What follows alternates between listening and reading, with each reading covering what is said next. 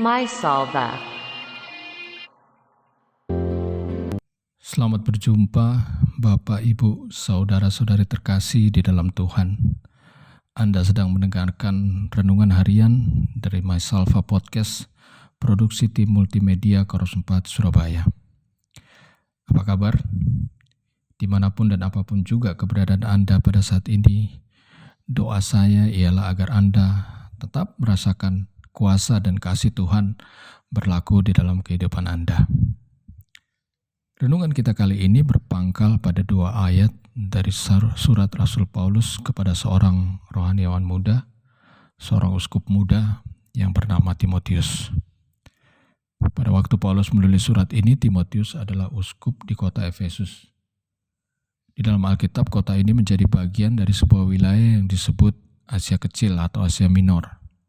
Sekarang kota Efesus ini masuk ke wilayah negara Turki.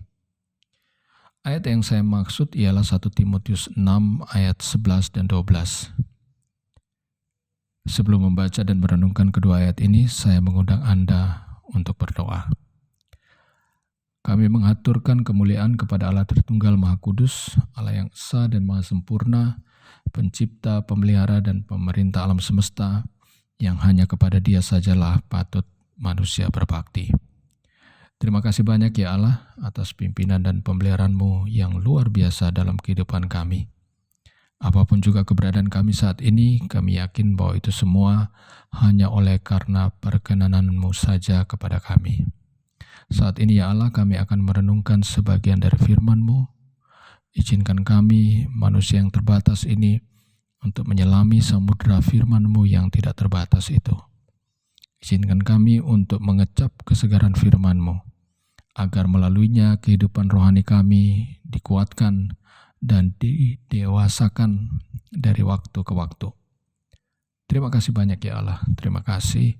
Berfirmanlah kepada kami siap mendengar. Dalam nama Yesus Tuhan dan Juru Selamat kami panjatkan doa ini. Amin. 1 Timotius 6 ayat 11 dan 12, saya akan membacakannya bagi Anda. Ayat yang 11, tetapi engkau, hai manusia Allah, jauhilah semuanya itu. Kejarlah keadilan, ibadah, kesetiaan, kasih, kesabaran, dan kelembutan. Ayat yang ke-12, bertandinglah dalam pertandingan iman yang benar, dan rebutlah hidup yang kekal. Untuk itulah engkau telah dipanggil, dan telah engkau ikrarkan ikrar yang benar di depan banyak saksi. Kita mulai renungan ini dari ayat yang ke-12. Ayat ini berisi sebuah ajakan yang luar biasa. Bertandinglah dalam pertandingan iman yang benar dan rebutlah hidup yang kekal. Di dalam ayat ini Paulus menggambarkan kehidupan rohani sebagai suatu pertandingan iman. Di dalam Alkitab sendiri paling tidak ada 4 ayat di mana Paulus menggunakan metafora atau kiasan pertandingan untuk menggambarkan kehidupan rohani manusia. 2 ayat di 1 Korintus, 1 ayat di 1 Timotius yang tadi kita baca, dan 1 ayat lagi di 2 Timotius yang nanti juga akan kita baca. Memang rupanya sejak zaman Paulus dan Timotius hidup, ya di sekitar abad pertama Masehi, abad ke-1 Masehi, pertandingan olahraga sudah menjadi event yang besar yang menarik perhatian banyak orang. Sehingga seorang rasul sekelas Paulus pun yang bisa dikatakan sangat rohani kehidupan dan pikirannya juga bisa tertarik kepada event pertandingan olahraga. Sampai-sampai beliau menggunakannya sebagai metafora atau kiasan untuk menggambarkan kehidupan rohani. Ya tentu saja cabang olahraga pada masa itu belum sebanyak sekarang ini. Setahu saya yang pada saat itu dipertandingkan umumnya adalah cabang-cabang olahraga yang sekarang kita kenal sebagai atletik. Lari, lompat, lempar. Lari jarak pendek, lari jarak menengah, lari jarak jauh. Kemudian ada lompat tinggi, lompat jauh, lompat jangkit, ada lempar lembing, lempar cakram, lempar peluru ya atau tolak peluru. Kemudian ditambah dengan gulat dan tinju. Jadi cabang-cabang olahraganya kurang lebih hanya itu. Belum sebanyak sekarang. Nah, di dalam ayat 12 yang kita baca tadi, Paulus mengatakan, bertandinglah dalam pertandingan iman yang benar.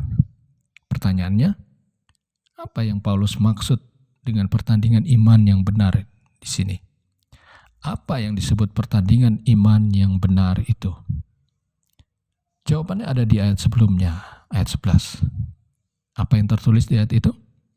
Di dalam ayat 11 itu Paulus menulis, kejarlah keadilan, ibadah, kesetiaan, kasih, kesabaran, dan kelembutan. Jadi pertandingan iman yang benar yang dimaksud Paulus di sini adalah mengejar keadilan, ibadah, kesetiaan, kasih, kesabaran, dan kelembutan. Bukan mengejar kemewahan, bukan mengejar ketenaran, bukan mengejar ketampanan atau kecantikan, bukan mengejar cuan, bukan mengejar puja-puji duniawi. Bukan berarti mewah itu sesuatu yang jahat atau jelek ya Bapak Ibu. Bukan berarti tenar, tampan, cantik, cuan itu jahat atau jelek. Bukan begitu maksudnya. Saya tidak bermaksud mengatakan begitu. Mewah, tenar, tampan, cantik, cuan itu tidak jahat atau jelek dengan sendirinya. Yang jahat ialah kalau kita sampai memandang kehidupan ini, melihat kehidupan ini sebagai ajang pertandingan adu mewah, adu tampan, adu cantik, adu tenar, adu cuan. Itu yang berbahaya. Bukan mewah, tenar, tampan, cantik, cuannya itu sendiri. Dan Rasul Paulus pun sudah mengingatkan hal ini ketika beliau menulis surat kepada sang uskup muda Timotius tadi itu.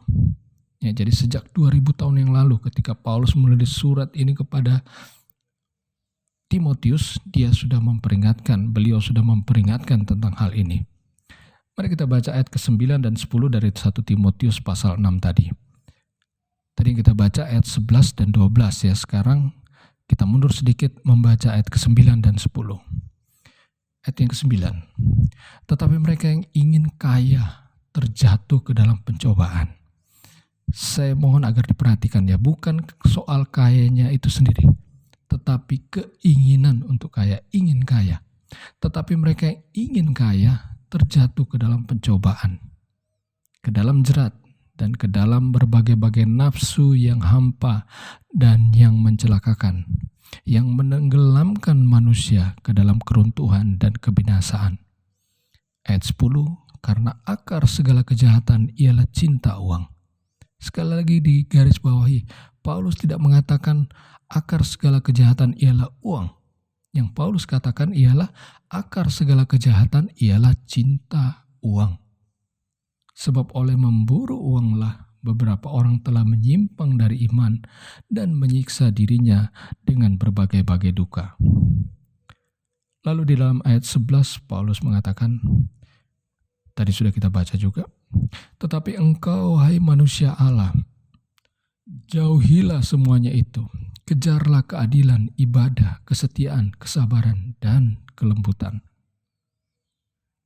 Sekali lagi, pertandingan iman yang benar menurut Paulus adalah mengejar keadilan, ibadah, kesetiaan, kasih, kesabaran, dan kelembutan. Bukan yang lain. Di sini muncul pertanyaan berikutnya. Lantas buat apa kita ikut dalam pertandingan iman yang benar itu? Jawabannya ada di dalam ayat 12 yang sudah kita baca tadi. Yaitu supaya kita dapat merebut atau meraih hidup yang kekal. Bukankah ini yang menjadi kerinduan semua orang yang percaya kepada Yesus? Meraih hidup yang kekal. Bapak, Ibu, saudara-saudari sekalian, saya berharap kita termasuk di antara mereka yang ikut bertanding dalam pertandingan iman yang benar. Bertanding mengejar keadilan, mengejar ibadah, mengejar kasih, mengejar kesabaran, dan mengejar kelembutan. Sehingga pada akhirnya nanti kita dapat bersaksi sebagaimana Rasul Paulus bersaksi di dalam 2 Timotius 4 ayat 7 dan 8. Saya bacakan. Ayat yang ke-7. Aku telah mengakhiri pertandingan yang baik. Aku telah mencapai garis akhir dan aku telah memelihara iman.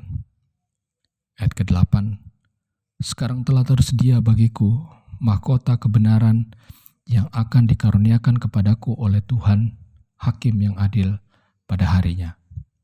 Tetapi bukan hanya kepadaku, melainkan juga kepada semua orang yang merindukan kedatangannya. Amin. Mari kita berdoa untuk menutup renungan ini. Segala kemuliaan bagi Allah Tritunggal Maha Kudus yang berkenan berfirman kepada kami. Terima kasih ya Allah atas kesempatan untuk merenungkan firman-Mu yang mengingatkan kami lagi untuk ikut dalam pertandingan iman yang benar. Kiranya firman-Mu ini tetap tinggal di dalam hati dan pikiran kami, bertumbuh dan berbuah hanya untuk kemuliaan-Mu saja, memimpin kami untuk meraih hidup yang kekal. Saat ini ya Allah, izinkan hamba-Mu ini untuk menaikkan syafaat bagi jemaat-Mu yang telah mendengarkan renungan ini.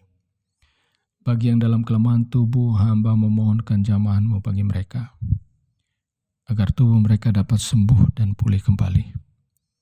Bagi yang dalam kedukaan, hamba memohon lawatan-Mu bagi mereka, menghibur dan menguatkan mereka. Bagi yang dalam kesulitan ekonomi, hamba memohon berkat-Mu bagi mereka, memenuhi dan melimpahi kebutuhan mereka, agar mereka juga sanggup menjadi saluran berkat bagi orang lain. Bagi yang dalam persoalan keluarga, hamba memohonkan hikmat-Mu bagi mereka, agar terbuka mata rohani mereka dan melihat jalan penyelesaian bagi persoalan-persoalan mereka. Bagi yang tergoncang imannya, hamba memohonkan kuasa Roh-Mu bekerja sempurna di dalam hati dan pikiran mereka, agar dalam goncangan yang luar biasa ini, mereka dapat mengamini bahwa ketenangan dan keteduhan sejati hanya ada di dalam Engkau, ya Allah kami. Terima kasih banyak ya Allah, terima kasih kiranya di atas segala-galanya nama-Mu saja yang dipermuliakan. Sempurnakanlah doa yang tidak sempurna ini, yang kami panjatkan di dalam nama Yesus, Tuhan dan Juru Selamat kami. Amin. Sampai kita bertemu lagi, jaga diri Anda baik-baik. Tuhan